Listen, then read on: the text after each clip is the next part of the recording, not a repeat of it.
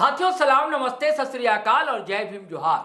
साथियों अपना झारखंड जो है 25 साल का हो गया, लेकिन 25 साल का युवा जो है भटकता हुआ आपको हर कहीं संथाल कोल्हान से लेकर कोलांचल तक और छोटा नागपुर में भी मिल जाएगा। कटोरा लेकर द्वार द्वार भटकता हुआ। ऐसी नौबत क्यों आई दोस्तों? एक सरकार नहीं, कई सरकार बनी। जो सरकार आती है बड़े बड़े दावे करती है, प्रति दावे होते हैं, लेकिन होता क्या है? जमीन पर उतर कर देखेंगे आप तो वही ढाक के तीन पार। और सबसे ज्यादा अगर कोई ठगा गया है, जिसके नाम पर ठगी हुई है, इस झारखंड को लूटखंड बनाया गया है, तो उसके केंद्र में युवा रहा है। युवाओं के साथ जो ठगी हुई है दोस्तों, और उसका सिलसिला जो है आप छोर ढूंढ नहीं पाएंगे, सीधा पकड़ नहीं पाएंगे। हम लोग के दौर में कहते हैं परीक्षाओं में चोरी चकारी हुआ करती। अब वो चोरी चकारी नहीं होती दोस्तों, उसके ढंग बदल गए, तरीके बदल गए, जैसे बात कहने के भी अंदाज लोगों के बदलते जा रहे हैं। झारखंड में चाहे जेपीएससी की बात करें या जेएसएससी सीजीएल परीक्षा की बात करें, हर जगह वही घपला, वही धांधली, वही गड़बड़ी, इसकी खबरें आती हैं। बच्चे तैयारी करते हैं बहुत मुश्किल से। पर कैपिटल इनकम क्या झारखंड की आपको पता है, कैसे निकाली जाती है ये भी पता है। जमीन पर यह है कि 2 जून का दाना भी नसीब नहीं होता है आम लोगों को। फिर भी बच्चों को माता पिता पढ़ाना चाहते हैं, शहर में भेजना चाहते हैं। उनका सपना होता है हमारा बच्चा भी अधिकारी बनेगा, लेकिन सपना ताश के पत्तों की तरह धराशायी हो जाता है। कौन करता है, इसके पीछे कौन लोग हैं? आपका सीधा जवाब होगा सत्ता के शिखर या शीर्ष पर बैठे हुए लोग विराजमान। क्या उन्हें दिखलाई नहीं देती है क्या चीजें? कभी भी समय पर रिजल्ट आया क्या? यहां पर परीक्षाएं हो पाती हैं क्या यहां पर? अब आप कहेंगे सारे देश में ऐसा हो रहा, ठीक है, लेकिन बात अभी झारखंड की, क्योंकि 25 साल का युवा हो गया, तो युवाओं के साथ ही ऐसी ठगी क्यों हो रही? कहा जा रहा है कि जो परीक्षाएं हुई थी अभी हाईकोर्ट ने रोक लगा दी है सीजीएल वाली, उसमें जो पेपर लीक हुए उसके तार सिर्फ यूपी और बिहार तक है नहीं दोस्तों, खबर तो यह भी कि नेपाल तक उसके तार जुड़ते हैं। पूरी कहानी क्या है, ताजा अपडेट क्या है, यह हम आपको साझा करेंगे। तो सारी परत दर परत खोलेंगे। फ्रेम में आप देख रहे हैं हमारे पॉलिटिकल एडिटर हैं शैलेंद्र सिन्हा, वो खोलेंगे। पोथी है इनके पास, सारी चीजें आपको सिलसिलेवार बताएंगे और समझाएंगे, और हम दोनों मिलकर सवाल भी खड़ा करेंगे, क्योंकि सवाल खड़ा करना भी लाजमी है दोस्तों। तो पूरी कहानी क्या है शैलेंद्र भाई, कि तार जो है यूपी बिहार ही नहीं नेपाल तक जुड़ गए, बताइए। अब देखिए, काफी चर्चित मामला था ये झारखंड में जेएसएससी सीजीएल का जो मामला था, क्योंकि हम सभी को पता है, दर्शकों को भी पता है, जो साल 2024 के सितंबर महीने में ये परीक्षा आयोजित हुई थी अलग अलग परीक्षा केंद्रों में, अलग अलग जिलों में जी। और ये तब हुई थी जब अगले कुछ महीनों में या महज 1 महीने के बाद आप झारखंड में विधानसभा चुनाव होने थे। ठीक, बड़ी संख्या में आप कह सकते हैं जो लाखों छात्र इन परीक्षाओं में बैठे थे, अलग अलग पदों पर अपनी नियुक्ति को लेकर के या फिर मतलब की भर्ती को लेकर के। उम्मीदें काफी थी, क्योंकि लंबे समय के बाद इस परीक्षा का आयोजन हो रहा था। लेकिन हैरानी तब होती है जब परीक्षा खत्म होने से पहले ही यह मामला सामने आ जाता है जो पेपर लीक हो गया। हालांकि जेएसएससी ना तो उस दिन, ये मुझे लगता है जो शायद 23-24 सितंबर 2024 की बात है, या हो सकता है उसके आगे पीछे कोई तारीख हो, लेकिन ना तो जेएसएससी उस दिन ये बात मानने को तैयार था जो पेपर लीक हुआ है, ना सरकार ये मानने को तैयार थी जो पेपर लीक हुआ है, और ना आज मानने को ये लोग तैयार हैं जो पेपर लीक कोई हुआ है। यही वजह है जो अभी झारखंड हाईकोर्ट में इस मामले को लेकर के जब सीबीआई जांच से इस पूरे प्रकरण की मतलब सीबीआई जांच होनी चाहिए पेपर लीक मामले की, तो वो मामला भी चल रहा है हाईकोर्ट में और वहाँ पर जेएसएससी की ओर से ये कहा जा रहा है माननीय हाईकोर्ट से जो आपने जो परीक्षा फल के प्रकाशन पे रोक लगा रखी है उससे आप हटा लीजिए। तो इस मामले को लेकर सुनवाई पूरी हो चुकी है और फैसला सुरक्षित भी है और अब उम्मीद कर रहे हैं जो जब कभी भी आ जाए, तो मसला यहाँ तक जुड़ा हुआ है।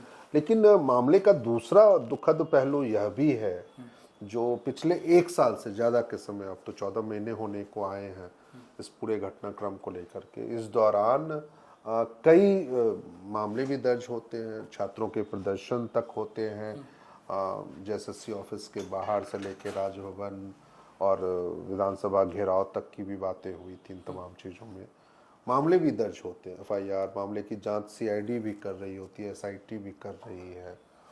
तो यदि आप एक तरफ कहते हैं जो मामला पेपर लीक हुआ नहीं और दूसरी तरफ गिरफ्तारियां भी होती हैं।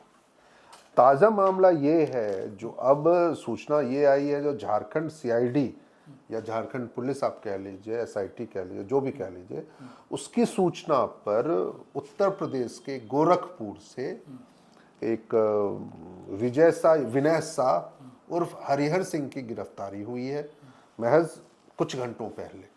और इस गिरफ्तारी में यह दावा किया जा रहा है, जो हालांकि ऑफिशियल बयान नहीं है, आधिकारिक कोई बयान ये नहीं है पुलिस का या एजेंसी का, उस जांच एजेंसी का भी नहीं, जिनके सूचना पे यूपी की एसटीएफ ने उसकी गिरफ्तारी की है। और ये भी कहा जा रहा है जो आरोपी गिरफ्तार हुआ है वो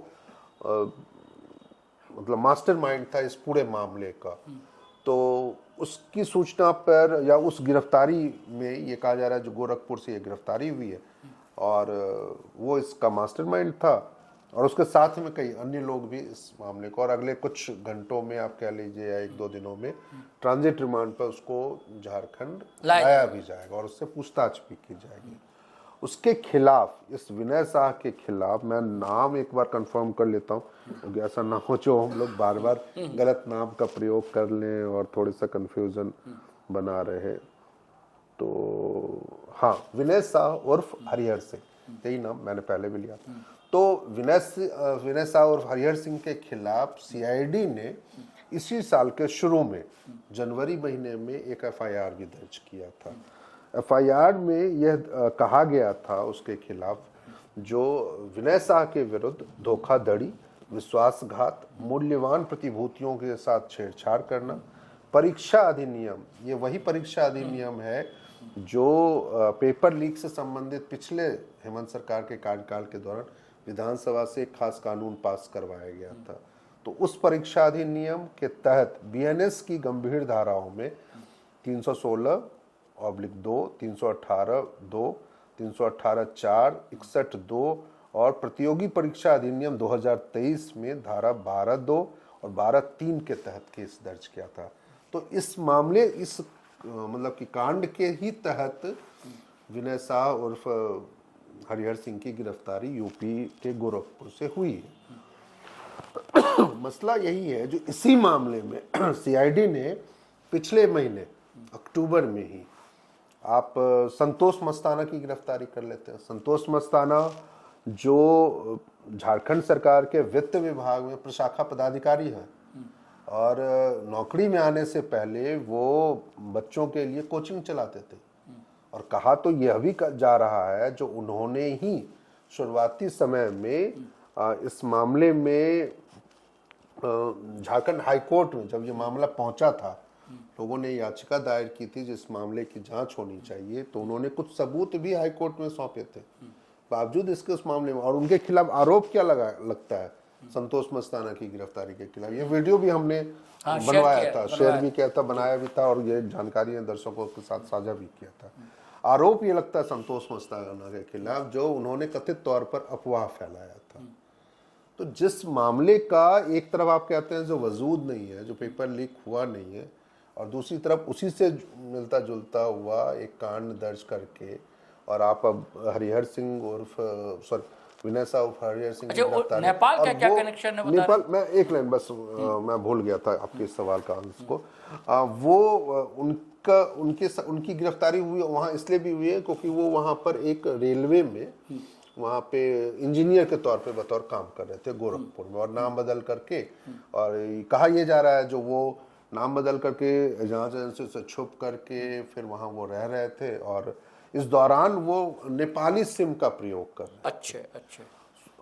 अब तक जो पूछताछ की बातें जो सामने आई हैं, जो उससे विनय शाह से हुई है पूछताछ, जो जांच एजेंसियों के अधिकारी चाहे यूपीएसटीएफ की टीम ने जो उसमें ये बात सामने आई, उसने कबूला है ये जो पेपर लीक या पेपर के दौरान जब साल 2024 के सितंबर महीने में जेएसएससी परीक्षा होनी थी, तो उस दौरान कई छात्रों को लेकर के वो प्रश्न पत्र के साथ वो नेपाल ले गया था। अच्छा। और वहां पर किसी एक व्यक्ति से, मैं नाम कंफर्म कर, मनोज नाम के एक व्यक्ति होते हैं, वहां पर उसके माध्यम से उन्होंने अपने खाते में 1 लाख रुपए भी लिए थे। अच्छा। और इससे पहले जो रांची में डोरंडा में एक होटल है, होटल जेड स्क्वायर, और वहां पर अपने कई साथियों, उस साथियों में नाम है जो मनोज कुमार, शशिभूषण दीक्षित, संदीप त्रिपाठी के साथ मिलकर उन्होंने ये पेपर लीक किया था। अच्छा। और फिर उसके बाद वो बच्चों को लेकर नेपाल चले जाते हैं, कुछ अभ्यर्थियों को, बच्चों को नहीं, अभ्यर्थियों को लेकर के वो नेपाल चले जाते हैं, और वहां पर उनको पूरे प्रश्न पत्र को रटवाया जाता है, जो आप एक एक करके सारा आंसर जो है वो याद कर लो। तो नेपाल तक ये ऐसे, अब नेपाल में उनकी मदद किन लोगों ने की, कैसे मदद की थी, ये तो जांच आनी चाहिए इस बातों का। और यूपी में यही है, जो यूपी में उनके कौन कौन साथी रहे हैं इसकी जानकारी अब तक खासकर ना तो जांच एजेंसियों ने अब तक, या फिर इस तरह से कोई सूचना इन लोगों के बारे में नहीं आई है, जो वो मनोज कुमार, चाहे शशिभूषण दीक्षित और संदीप त्रिपाठी, ये तीनों लोग कौन लोग हैं, कहाँ के रहने वाले।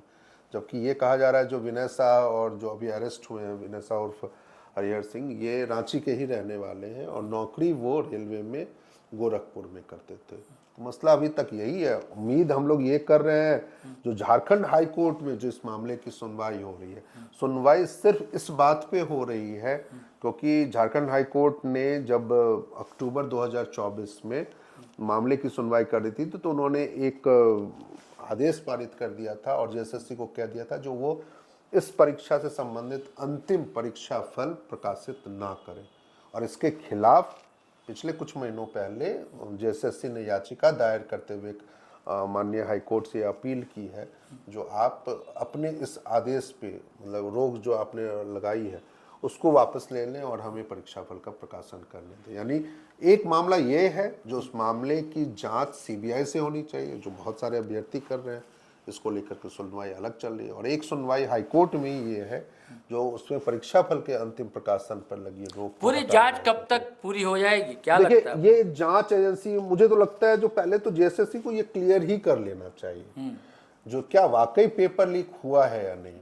यदि हुआ है कंफ्यूजन में है। हाँ, क्योंकि आप यदि आप कह रहे हैं ना एक तरफ जो हुआ नहीं है, हाईकोर्ट में तो आप यही कह रहे हैं जो पेपर लीक हुआ नहीं है, और ऐसे कोई तथ्य सामने आए हैं, वो संतोष मस्ताना की गिरफ्तारी भी ये होती है, उनके कांड में भी जो दर्ज है उसमें है जो उन्होंने अफवाह फैलाया, जानबूझकर जैसे की छवि खराब करने की कोशिश की। तो एक तरफ तो आप वो कह रहे हैं जो अफवाह नहीं, अफवाह है, और दूसरी तरफ आप विनय शाह जैसे लोगों की गिरफ्तारी कर लेते हैं और उसके खिलाफ परीक्षा, वो जो कानून है प्रतियोगी परीक्षा अधिनियम 2023 उसके तहत आप मामला दर्ज करवा लेते हैं, बीएनएस की गंभीर धाराओं के तहत आप मामला दर्ज करवा के आप उनको जेल भेज रहे हैं। तो आखिर मामला क्या है और सीआईडी किन चीजों की अब जांच कर रही है, तो ये भी एक मामला साथियों ये जेएसएससी को तय करना है, सरकार को तय करना है, खुद द्वंद्व में है, समझ नहीं पा रही हुआ क्या है दरअसल, और सारी बातें बता दी शैलेंद्र जी ने कि क्या क्या हुआ है और क्या परेशानी का सबब है। लेकिन हमारा तो सवाल ये है कि युवा कब तक ठगे जाते रहेंगे जबकि झारखंड 25 साल का युवा हो चुका है। चलिए साथियों, फिर हम नए वीडियो के साथ हाजिर रहेंगे। आपसे वही गुजारिश है, अगर आपने हमारा चैनल सब्सक्राइब नहीं किया तो कर लीजिए, और वीडियो हमेशा की तरह धड़ाधड़ फटाफट खटाखट शेयर कीजिए, लाइक कीजिए, कमेंट कीजिए। आज्ञा दीजिए, इजाज़त दीजिए। जय हिंद, जय भारत।